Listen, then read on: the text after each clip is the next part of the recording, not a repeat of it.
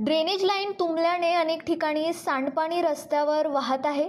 त्याचवेळी घरांमध्ये गढूळ पाणी येत असल्याने नागरिकांमध्ये आरोग्याबाबत चिंता व्यक्त केली जाते। शरवनगर परिसरातील रहिवासी असून बरेच दिवसापासून पिण्याचे पाणी गढूळ स्वरूपात येत आहे।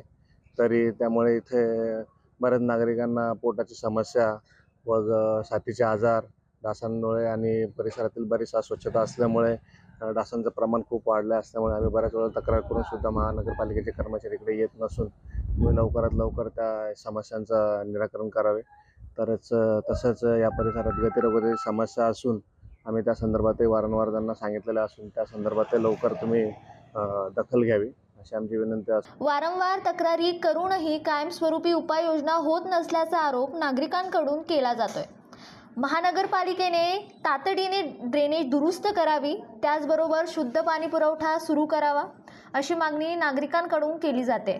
न्यूज डेस्क, आपलं नाशिक।